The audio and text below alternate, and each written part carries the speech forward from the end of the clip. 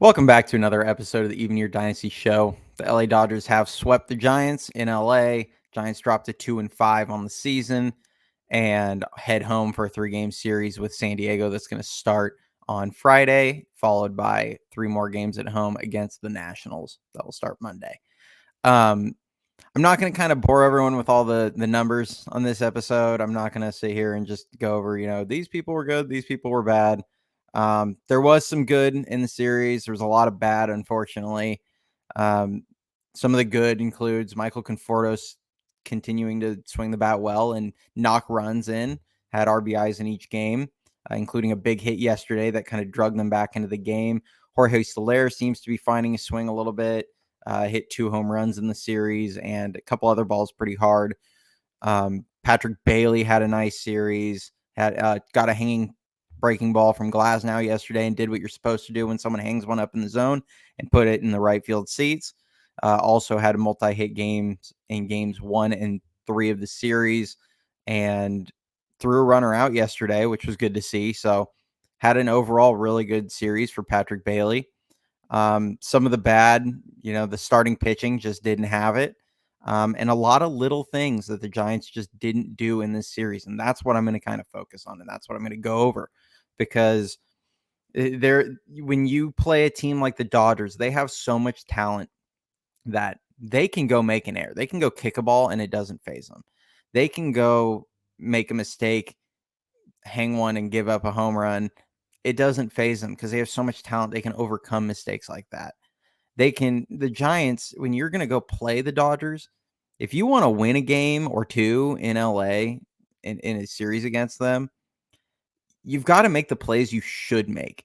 And it's not always going to be an easy play, so to speak. And we're going to kind of talk about a couple of these moments that were like pivotal moments that really could be the difference in some of these games. And you've got to make those plays. I mean, you can't just look at the box score and go, "Oh, the Giants didn't make any errors today, so they didn't kill them. They didn't beat themselves." And it's really not true. And we're going to go over kind of a few of those.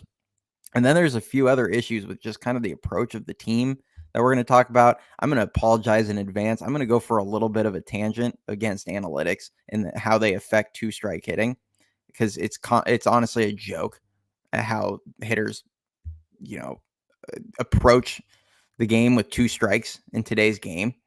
And then we'll kind of go through some other things from the games that I saw. Starting off, unfortunately yesterday, again, we witnessed Luis Matos hit 2 more home runs in Sacramento. This is going to be my token Luis Matos topic. The Slaz combination so far on the season is 0 for 14 with 6 Ks and 2 grounded into double plays. So, not sure about you guys, but that's just not good.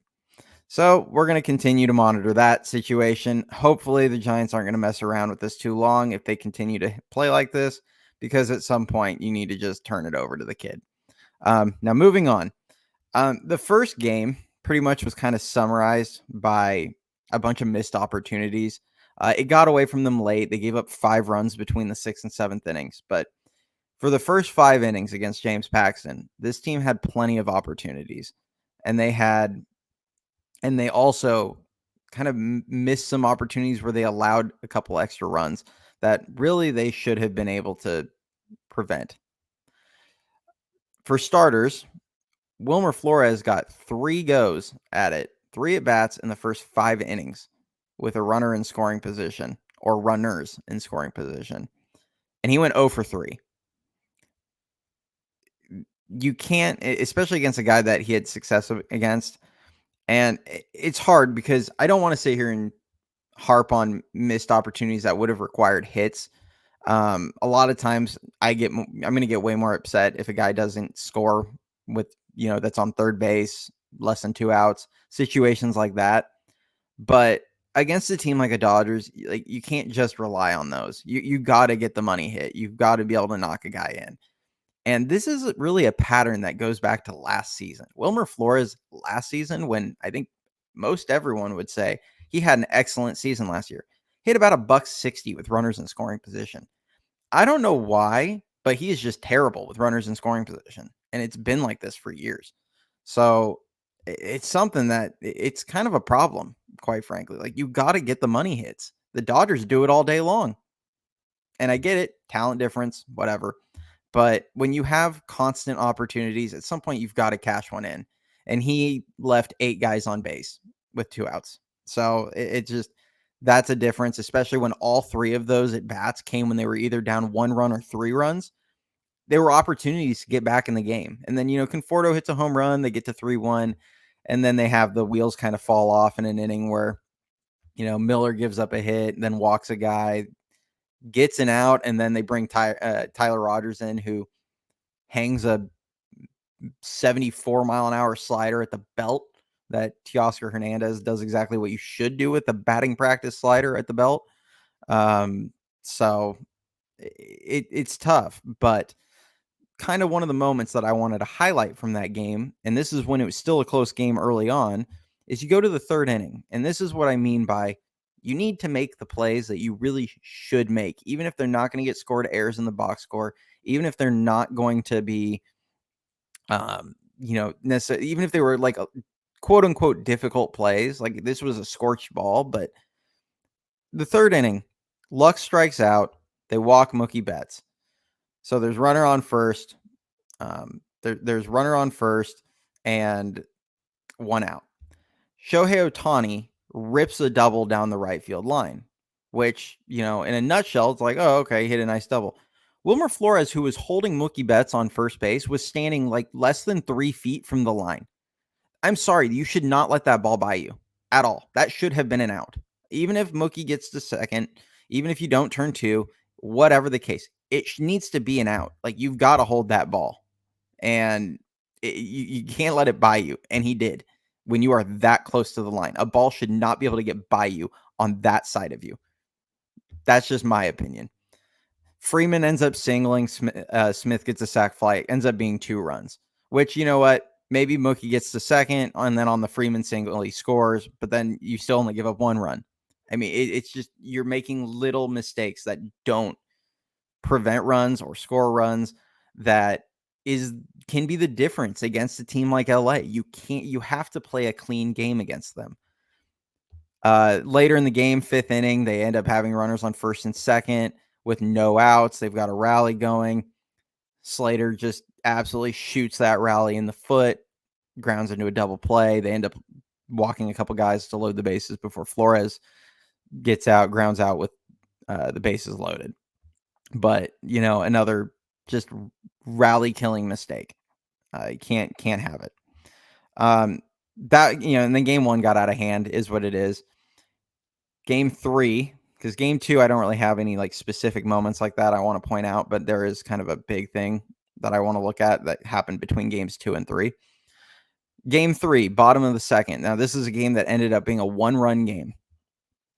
Teoscar Hernandez strikes out to lead off the 2nd. Muncy walks. Kike Hernandez singles on a ball to left field. And it's a ball that went right under the glove of Chapman. And I understand it was off to the side of Chapman. It's not an easy play. Once again, not easy plays. But it's a play that we pretty routinely see Matt Chapman make all the time. That could have been a double play. It also could have just been 1 out. Either way, a run ends up scoring this inning where Taylor walks, and then Miggy Rojas grounds one up the middle that ends up being a fielder's choice. Tyro goes to short, which also Tyro Estrada misplayed that ball, because had Tyro not charged it so hard and let it bounce up to him, Chris Taylor was absolutely running into an out. Like, Chris Taylor had run all the way there. Had he just caught it, he could have tagged and thrown to first. Might have been a double play. It might not have been. But the reality is, if Chapman gets that ball 2 hitters earlier, it doesn't matter. It's going to be the 3rd out of the inning. They get out, no run score. There was one of them. Next one, bottom of the 3rd inning. Ohtani gets an infield single on a ball where Kyle Harrison is super slow to get off the mound to cover first. And it might be his delivery, might be whatever the reason being, but on a ground ball to the first baseman that Wade fielded cleanly and is just going to first, you should not get beat to first base. Like, Harrison needs to figure something out to get off the mound quicker and get to first, because that should have been an out. because what followed was Freeman struck out, Smith got a double, Hernandez single, Muncy strikes out.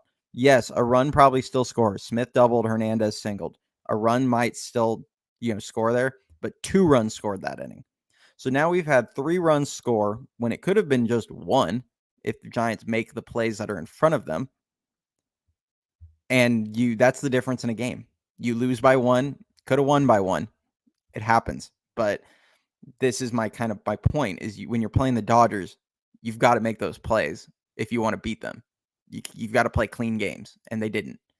So now the big overarching problem, and this is where I'm going to kind of go on a little bit of a tangent, fair warning, is yesterday's game. For those that saw my Twitter post last night, I was pretty heated about it, but they struck out looking 6 times.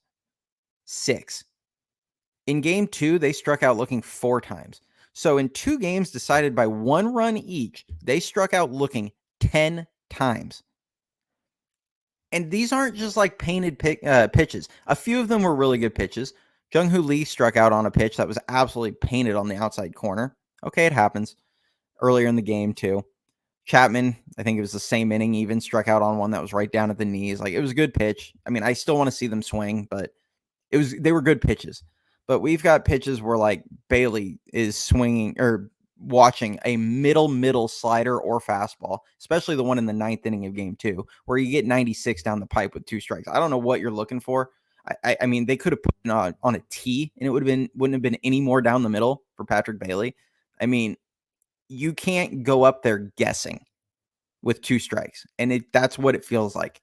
And this is like a modern analytics thing that I've noticed where there's no adjustment with 2 strikes, which if you want to make the argument for not getting cheated on your swings and not taking swing out, like I can understand that. Like if that part, sure, fine.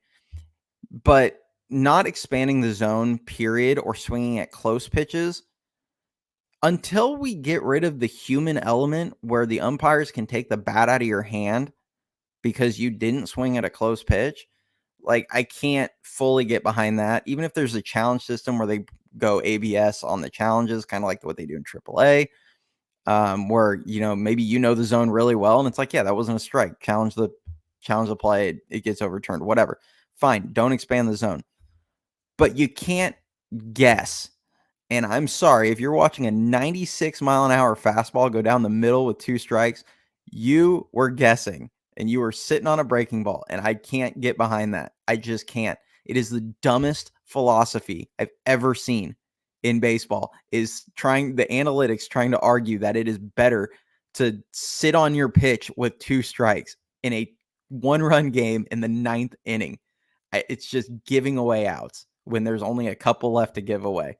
And I can't get behind that. And to strike out 10 times looking in the last 2 games in 2 1-run games was quite frankly pathetic. So it's unfortunate that, I'm not going to sit here and say the Giants beat themselves, but they didn't do what they needed to do to deserve to beat a team like LA that is just loaded. And I don't think this is an indication that they're a bad team. Not at all. At the end of the day, LA is just really good. They might win like 110 to 120 games this season, but they could have won a game in this series. Like there were opportunities, and we would have all felt a lot better if they left LA at 3-4 than we would at 2-5. But it's really early in the season. It's the first week. Hopefully they can come home, win the series against San Diego, at least take 2 of 3, win the series against Washington. And, it's just a really tough opening stretch that they had. And then they're going to head off on the road against Tampa and Miami. And Miami's pretty bad right now. So we'll kind of see what they do going forward. I don't think this is, like I said, I don't think it's an indication that they're a bad team. It's just, it was a rough series, but time to right the ship, coming home, put some wins on the board against San Diego. And then, we'll get Blake Snell back on Monday, shot in the arm there. And hopefully this team just gets rolling for the rest of April. But that's all I've got regarding this series. Let me know what you guys think, what you guys saw in the series. some other positives. The offense has scored at least 3 runs in every game this year. So one of the biggest concerns, they've answered the bell pretty well. Pitching has kind of been the letdown, but we'll kind of see what happens going forward. As always, if you like the material, like the video, subscribe to the channel. Appreciate all the support from everybody. And we'll probably be recording again after the Padres series. One last thing, for any of you, I'm going to put the link to their channel in the description that have ever heard of Nosebleeders Sports. Check them out. They do a lot of baseball fights, commercials, things like that. They kind of do reactions to that. They invited me to join them on Sunday for a video that they're going to do. We're going to pick out a Giants fight from the past. They've already done the Strickland Harper one and the Will Clark versus the Cardinals. So we'll probably kind of pick out another one, have a few ideas there. So I'll touch base with them, but check them out. It's pretty funny watching some of these old baseball fights. So other than that, hope everyone has a good rest of their day and the rest of their week, and we will talk to you soon. Go Giants.